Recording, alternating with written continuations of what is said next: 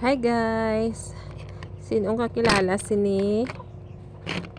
Hindi ni siya, ay, kuha ni siya umang.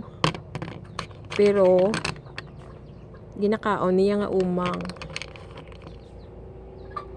Ang panawag sini sa amon, kahang-kahang.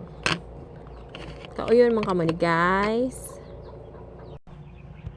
Ginatanok ni siya. Pwede man ni butangan gata kag damuon ng katumbal. Nanglan mo toothpick para malukit mo ang sasulod.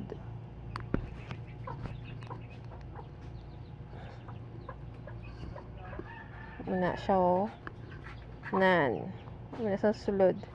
Kag kinanglan mo siya kwaon sa punta kay kaalan siya. To hindi nami. Kagamo lang ni siyang kaunon mo. Kaamo mo sa ngari